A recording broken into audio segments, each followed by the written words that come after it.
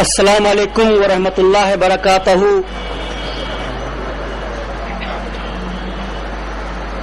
ہم خیر مقدم کرتے ہیں ان تمام لوگوں کا، خواہ وہ جن ہو یا انس یا وہ دوسری قومیں، اپنے اس مدرسہ مومن اور مومنات میں اعوذ باللہ من الشیطان الرجیم، بسم اللہ الرحمن الرحیم شروع کرتا ہوں اس خدا بند قدوس کا نام لے کر جو مالک ہے تمام مردہ اور زندہ چیزوں کا، تمام پہاڑوں اور آسمانوں کا۔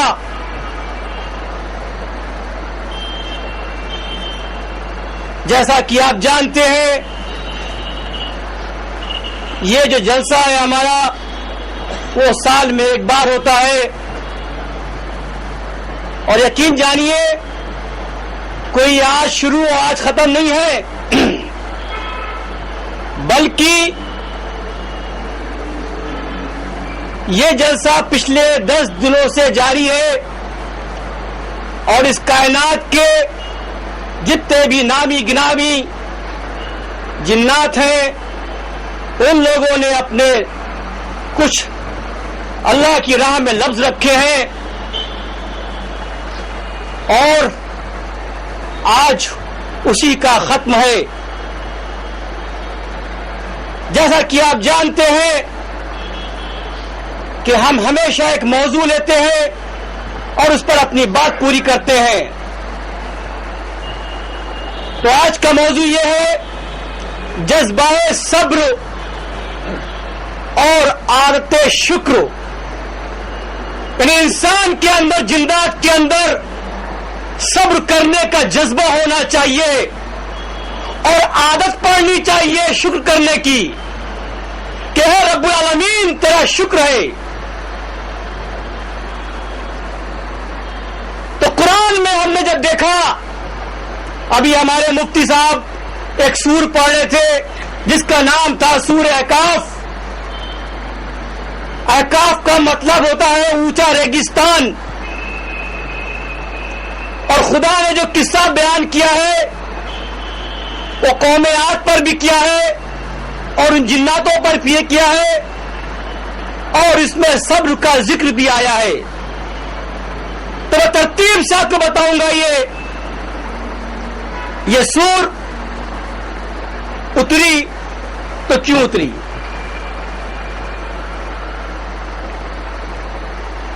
تو قرآن کا جب مطالعہ کرتا ہوں تو میں نے یہ دیکھا پورے قرآن پاک کے اندر 19 ایسی سوریں ہیں جس میں خدا بند قدوس نے صبر کا ذکر کیا ہے۔ اے لوگو صبر کرو، اے لوگو اس پہ قائم رہو، اے لوگو تم ظلم مت کرنا، صبر کرنا۔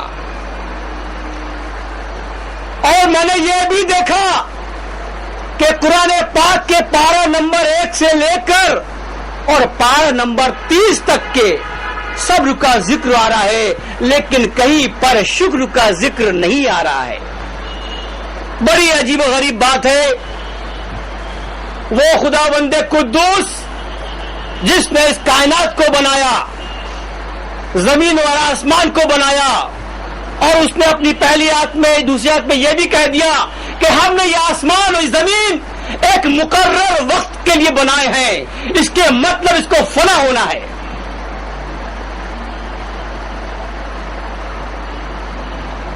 اور جب میں نے سوروں کو دیکھا تو سورہ بقرہ کی آیت نمبر 45، اے نبی غم نہ کرو، صبر کرو۔ آگے بڑھے سورہ نحل دیکھا ہو، صبر کرو۔ یعنی خدا بندے قدوس ہر جگہ صبر کا ذکر کر رہا ہے اور نماز کا ذکر کر رہا ہے،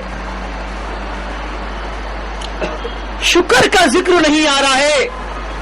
تو سوال ہے یہ شکر کہاں سے آ گیا؟ پھر یہ تھوڑا پیچھے جاتے ہیں اور آدم کو دیکھتے ہیں، وہ واقعہ یاد کرتے ہیں جب خدا نے حکم کیا تھا اے فرشتوں آدم کو سجدہ کرو، تو سوائے ابلیس کے سارے فرشتے خدا کے حکم سجدے میں جھک گئے تھے. اور جب اٹھے تو دیکھا کیا وہ ابلیس تو پورا کالا ہو چکا ہے، تو ایک اور سجدہ کرتے ہیں. تو وہ سجدہ کیا تھا؟ وہ سجدہ شکر تھا کہ اے خدا بندے قدوس تیرا لاکھ لاکھ شکر ہے کہ ہم ابلیس کی قوم میں نہیں آئے. تو پھر فرشتوں کو یہ شکر سجدہ کیسے معلوم پڑا؟ تو اس کے ماننے یہ ہوتے ہیں کہ نبی نے پہلے ہی فرشتوں کو آگاہ کر دیا تھا کہ اب اپنے خدا کے لیے شکر کا سجدہ ادا کرو. یعنی کہ جو شکر ہے وہ نبی کریم کا ہے اور جو صبر قول ہے وہ اللہ رب العالمین کا قول ہے. وہ اب آئی بات صبر اور شکر کی کہ صبر کیا ہے؟ صبر ہے کیا؟ صبر وہ ہے، خدا کہہ رہا ہے وہ لوگ جو پورے کے پورا ہم پر چھوڑ دیا کرتے ہیں، جن کا سب کچھ رک جائے اور وہ صبر کرتے ہیں کہ اے میرے مالک تو ہی اس کا فیصلہ کر دے. اور خدا کسی انسان کو اس کی قوت سے زیادہ نہ تو اس کا امتحان لیتا ہے اور نہ اس کے صبر کی آزمائش کرتا ہے.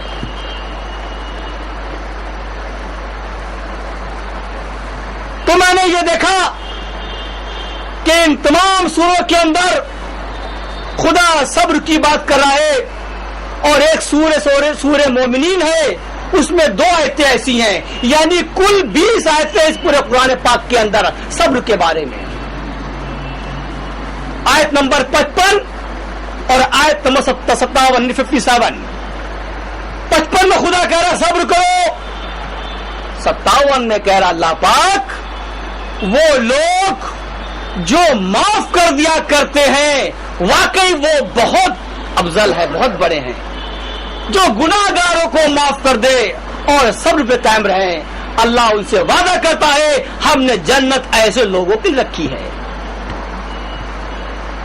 تو جو میرا موضوع ہے کہ صبر اور شکر، کہ انسانوں کے اندر، جناتوں کے اندر جذبہ چاہیے صبر کا اور عادت چاہیے شکر ادا کرنے کی، کیونکہ یہ ہمارے نبی کی عادت تھی، اور نبی کی عادت کیا ہے؟ سنت ہے. ہم آپ کو بتائیں گے کہ کن کن حالات میں اللہ کے نبی نے سب کچھ لٹنے کے باوجود اپنے رب العالمین کا شکر ادا کیا ہے. تو صبر اور شکر کی بات ہم کرتے ہیں. تو ابھی جب سورہ احقاف پڑھی جا رہی تھی تو میں نے کہا آیت نمبر 35 میں آیت تھی، تو آیت اس طرح تھی فاصبر کما صبر اولو العزم من الرسول. تو یہاں پر تمام عالموں نے لکھا ہے اولو العزم کا مطلب رسول سے لکھا ہے، جبکہ مطلب یہاں پر سادات انبیاء سے ہے. اور یہ 5 ہیں، 1 2 نہیں 5 ہیں. خدا کہتا ہے یہ سادات انبیاء میں ان کی گنتی ہوتی ہے. تو یہ 5 کون ہیں؟ جو صبر پر قائم رہے اور اللہ کا شکر ادا کرتے رہے. تو اول ہے اس میں حضرت نوح علیہ السلام، اور دوسرے ہیں حضرت ابراہیم علیہ السلام، اور تیسرے ہیں حضرت موسیٰ علیہ السلام، اور چوتھے ہیں حضرت عیسیٰ علیہ السلام، اور 5ویں تو ہمارے نبی ہیں. خدا کہتا ہے کہ یہ 7 انبیاء ہیں، یہ صبر پر قائم رہے. خدا کہتا ہے جلدی مت کرو عذاب کے لیے. تو خدا نے ان 5 کی خوب آزمائش لی ہے، خوب صبر کا امتحان لیا ہے، اور یہ بھی مضبوط تھے کہ جیسا جیسا خدا نے امتحان لیا خدا کا شکر ادا کرتے چلے گئے. اور انسان سمجھے ہے کیا صبر؟ انسان یہ سوچ لے کہ اگر کوئی تکلیف آئی ہے یا ہمارے کاروبار نقصان ہوا ہے، اور صبر کر لے کہ شاید ہمارے خدا کی اس پہ رضا ہے. تو یقین جاننا یہ جو ہائے والا مچتا ہے نا کہ ہائے کمبخت وہ نقصان کر گیا، ہائے میرے مولا یہ کیا ہو گیا، افسوس کرتا ہے. اور سچا انسان وہ ہے کہ نقصان ہو گیا پھر بھی کہتے شکر ہے میرے مالک، شکر ہے تیرے میرے مالک، تو کرو شکر ہے تجھے، تو نے مجھے اس لائق سمجھا. یہی انسان کامیاب ہے، یہی جنات کامیاب ہے. تو ہم جس کی امت میں ہیں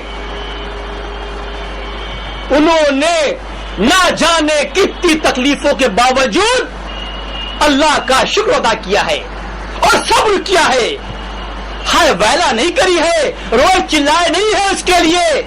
ہم چھوٹی چھوٹی باتوں پر یہ میرا کام نہیں ہوا، اے میرے مولا ہم سے کیا گناہ ہو گیا ہے، ہم روتے ہیں، اپنی غلطیاں ڈھونڈتے ہیں، اپنے اندر کی خامیاں کیا ہے.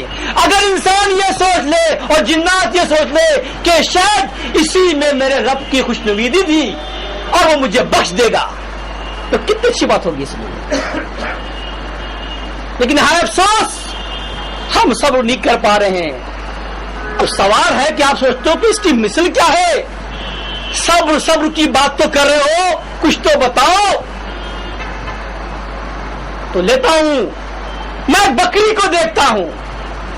بکری وہ ہے جو شاید ہی کسی نبی کو چھوئے بنا رہی ہوگی یا بنا کسی نبی کا اس کا واسطہ نہ پڑا ہو، شاید ایسا ممکن نہیں ہے.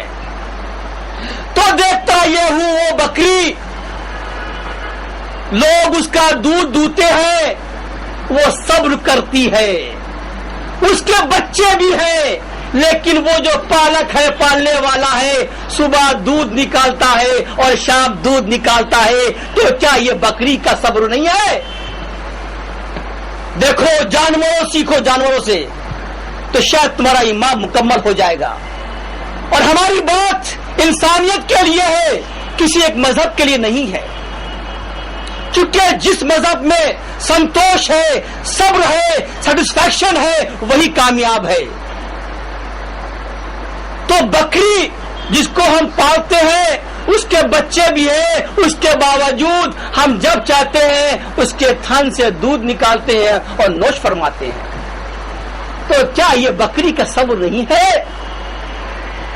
اور ایک وقت وہ بھی آتا ہے کہ بکری بڈھی ہو گئی ہے تو اس پہ سلا پھیل دو، اس کو چھری ڈال دو، اس پر یہ ذبح کر دو. اب بات ہوتی ہے کہ جب بکری چھری کے نیچے آئی تو یہ اس کا صبر ہے کہ اس کا شکر ہے. سمجھو میری بات کو. وہی بکری جو نہ جانے کتنے سالوں سے دودھ دے رہی تھی، ہمیں چائے پلا رہی تھی، ملائی کھلا رہی تھی، کھویا کھلا رہی تھی، آج ہم